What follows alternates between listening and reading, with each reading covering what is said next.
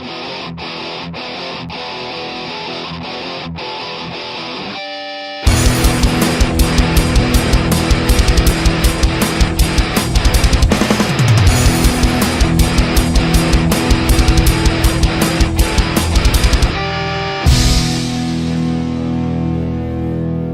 y'all, it's Heel Heat time. Hi everybody and welcome to Heel Heat. My name is George Coles and this is our Monday Night Raw review for the week. Let's jump right into it. We're going to break the show down into three portions. The so-so, which is not bad, not good, it's just there. The bad and the good. Let's start off with the so-so. The opening segment, the Authority, led by Seth Rollins, which brings out Randy Orton, which sets up a match with Rollins and Orton. Basically a little dissension between Kane and Rollins, which was kind of the underlying story of the night. Kane was running the show since Stephanie and Triple H weren't there. He sets up a match, also sets up a three-way for the number one contendership later on in the night. They go into the match, which we'll cover in a minute, separate these two out. The reason why I put this here is we have these openers almost every week on Raw, which ad nauseum I've stated how much I've disliked them in the past. This was okay because it gave us some fresh faces in there, Randy Orton and Seth Rollins. Orton, of course, has been in them. Rollins has been in them as an accessory piece, but now he was a main attraction. I thought he did some excellent heel promo work. However, I still didn't like the segment. Next up, we have the Bellas versus Paige and Naomi. Face team of Paige and Naomi pick up the win. Another Divas tag match that fell flat. For a company that rumoredly was going to give more time to the Divas, they've given the one match they put on Raw more time, but it's the same old bullshit. It's the same old tag matches. Matches that mean nothing. Paige and Naomi win. Again, in my opinion, it was boring. And all four of the women in there, Paige and Naomi are excellent. Brie Bella is a very good wrestler, and Nikki is getting better, actually. I think, believe it or not, I think her real-life partnership with John Cena has improved her because she's more dedicated and more, I don't know how you could say it, but ever since her and Cena have been a couple, she's rededicated herself and remade her career where she's a lot better wrestler than she was before. But I don't know, it still fell flat for me. They need stories, they need us to give us a reason to care, why we care, and they need to have matches that mean something for us to care about the Divas division. They're going to do this shit, and then 3 months down the road, they're going to give up on it and say, oh, well, people didn't care, the ratings went down when Divas were on. The ratings went down because you didn't give us a reason to watch. I digress, back into the show. Next up, we have Roman Reigns, who's pulling double duty as all three of the people for the three-way main event are, going up against the Big Show. Solid match. Roman was pretty dominant against Show, once again showing his range, his capabilities. I like Roman staying near the top and them building on it. Hopefully, by WrestleMania next year, they will have built Roman Reigns into a more well-rounded character and a well-rounded wrestler that he could actually justify being in the main event of WrestleMania. Not that he didn't justify, not that he wasn't deserving this year. I just think they pushed him too fast, and the backlash showed. He wasn't ready for that spotlight. Give him another year, let him mature. I've said it before, you could go back and I couldn't tell you which episodes I had, but I think that Roman Reigns is the next ace in the company, basically, the next Cena, Hogan, Austin, whatever you want to say. Next up, we have Sheamus versus Mark Henry. Another match that kind of fell flat. No rhyme or reason why these two are fighting. Sheamus is in a semi-feud with Ziggler and Roy and Daniel Bryan, but he's wrestling Mark Henry. It just was weird. Didn't make sense. Mark Henry as the defender of the little guy. I'm so much more intrigued by the Mark Henry character than the Sheamus character. The kind of Sheamus wins the match and it just kind of fell flat for me. Next up, the bad portions of the night, the stuff I actually didn't like. Now, I mentioned this earlier when I talked about the opener, which set up Randy Orton versus Kane.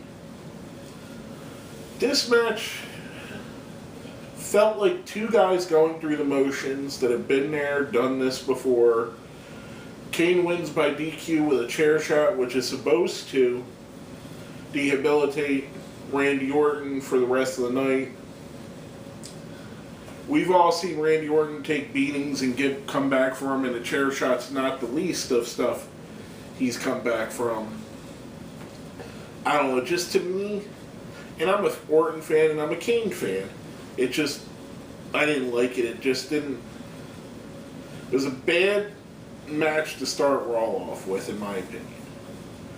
Next up, we had the third part of the first match of the three-way, I guess, competitors, whatever you want to call it.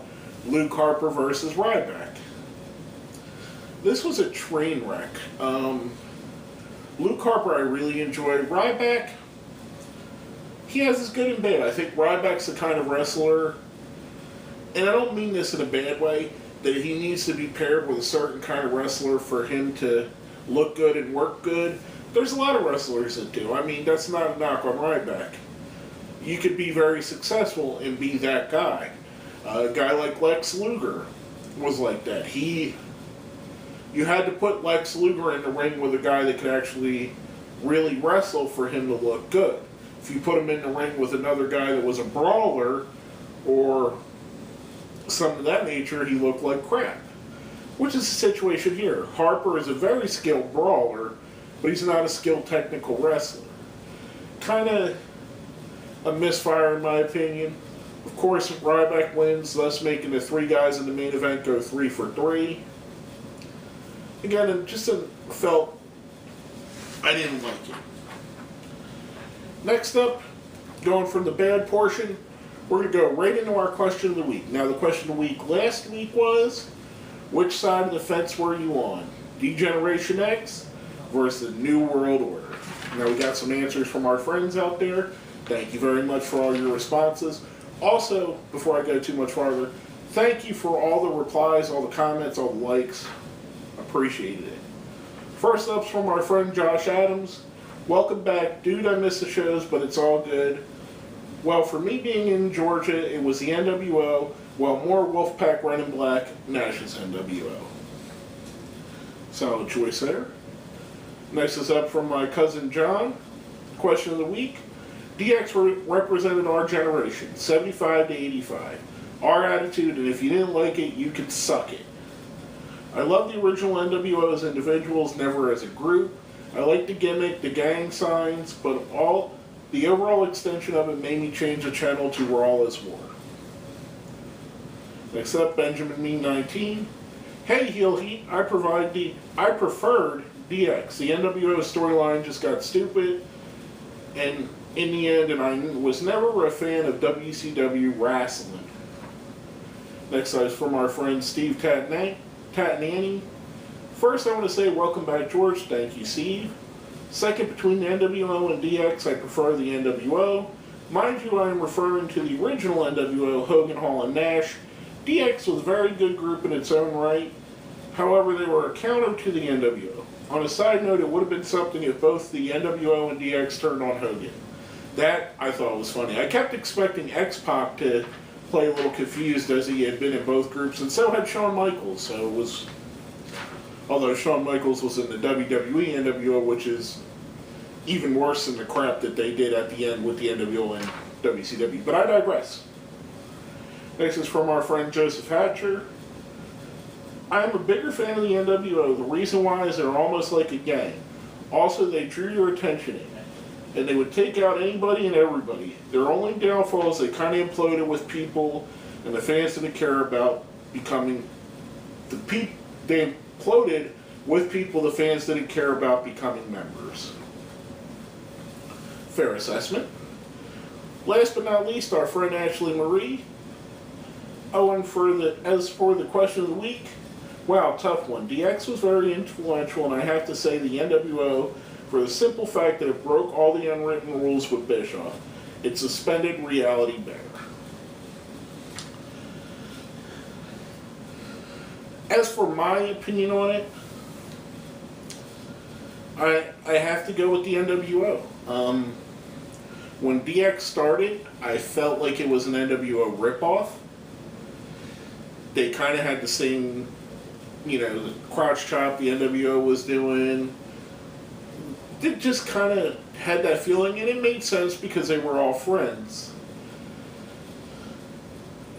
The only thing that makes... The NWO was revolutionary. It changed wrestling. It just did. It made WCW what it was. It also destroyed WCW. Did the storyline get out of control? Was there times when Virgil was part of the NWO, Michael Wall Street was part of the NWO, you had NWO B teams, you had NWO Black and White, NWO this, NWO that. It got ridiculous, and the NWO got stupid really quick. But for that first year, the initial buzz of it that they created, I have to go with the NWO. Nothing against DX. I love DX. I like Shawn and Hunter's version. I actually like Triple H and the DX Army version better. I'm probably in the minority on that, but to me, I like that group better. It was more, as my cousin John said, in the humor that I liked. Whereas Shawn, he was there. He was doing some of the humor I liked, but it was a little bit of a younger group, and they did the stuff that I thought was funny. But anyway, moving on, the question of the week for this week. The big story of last week was AJ Lee retiring. My question is, will we see AJ Lee in the WWE Hall of Fame? Let me know what you think. Hit me up on Twitter, hit me up on Facebook. Put your comments down where? Down there. Of course, and I stole that from DX, so there you go. Moving on into the good portion of the night. First up, I want to talk about Seth Rollins versus Neville. I want to talk a little bit about the Backlash. I don't want to go too far because I don't want to make this show run on and on and on. People are saying that Neville got buried. Neville got buried. Think about this. In Neville's second match on the main roster, he's wrestling the WWE Champion. Did you expect him to win? Did you think he was going to win? They did exactly what I hoped they would do in this situation. He was competitive with the World Champion. A debuting character competitive with the World Champion. What more can you really ask? I think Neville, I had some concerns about Neville coming up to the main roster. I still think when it comes time to do the main event promos, his British accent's a little too thick and isn't going to translate well. His in-ring talent is top tier, top level talent. I was really hoping they didn't destroy him coming to the roster, much like they did with the Ascension, much like they did with Xavier Woods, Adam Rose, Bo Dallas. To me, they've improved him. His entrance, I love his entrance. The cape, the superhero feel, love it. I think it's awesome. I think it fits him so well because he is basically a superhero. I enjoyed the match, enjoyed Rollins picking up the win. Don't understand the backlash. Too many people are worried about wins and losses in a sport that wins and losses mean nothing. Next up, we have John Cena's Open Challenge, brings out Stardust.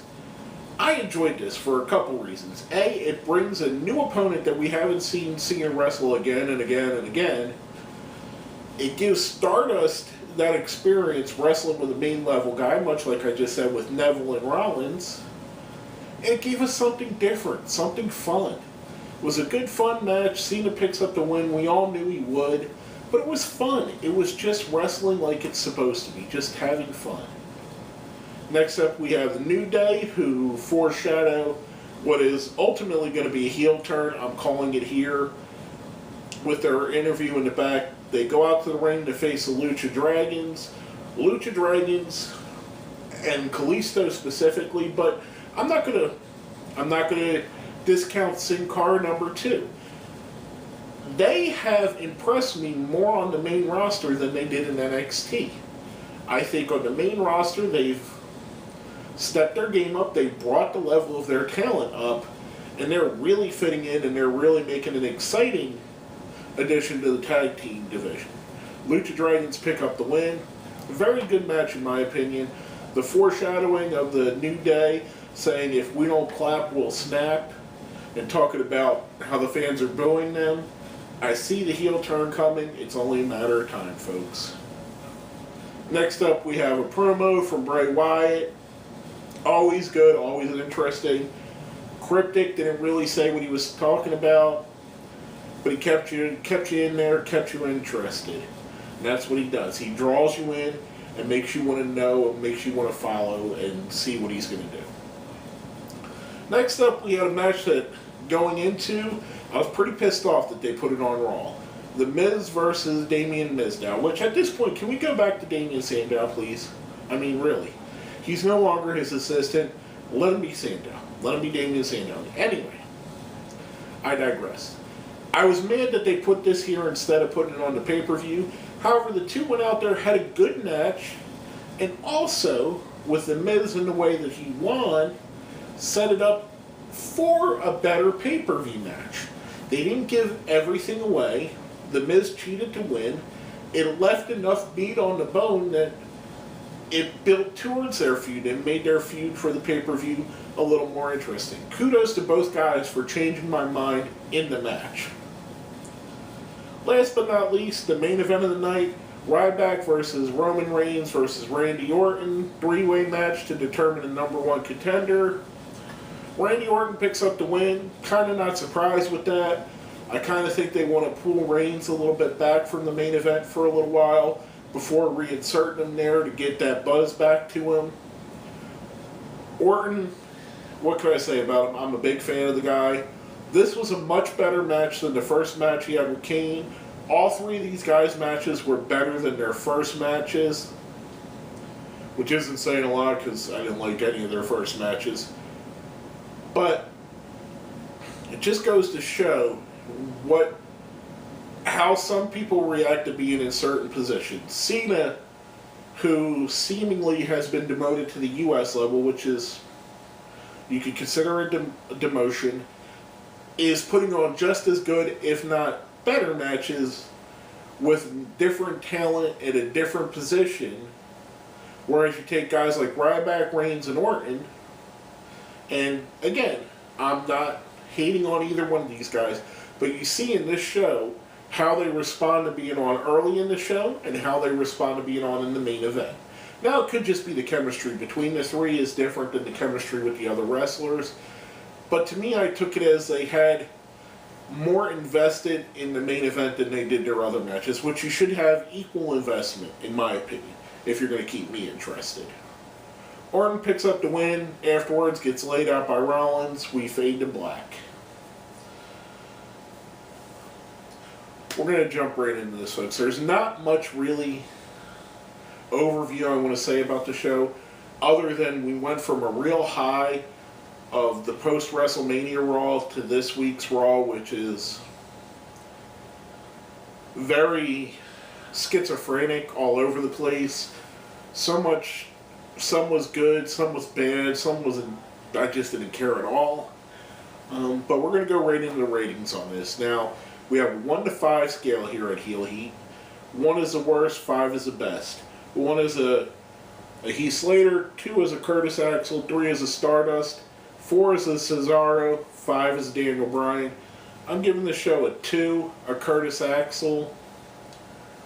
Some things I really enjoyed: Lucha Dragons, New Day's heel turn, Goldust and Cena, Stardust and Cena, Neville and Rollins, the three-way main event, Miz and Mizdow, all things I really enjoyed, but they did not outweigh the overall apathy that I built up during the show, watching so much that I disliked or didn't care about.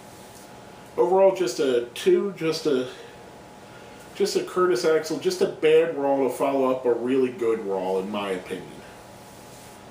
Now, before I sign off, we're still going. It's still the month of April. We still have the call to arms, guys. Keep putting us out there. Keep liking. We're making progress. We're getting a ton of likes. We're getting a ton of views. We're getting a ton of comments. Thank you. Thank you so much for everything that you guys are doing, because you're helping out the Heel Heat community. I don't want to sound cheesy. I don't want to sound like WWE with the WWE Universe, but I consider you all part of this. That's why I want to include your opinions when I do my show. If you watch the show, I want your input, and I'll try my best to respond to you either in video or in the comments, but keep commenting, keep liking, keep sharing, keep getting our word out there. Let's grow Heel Heat.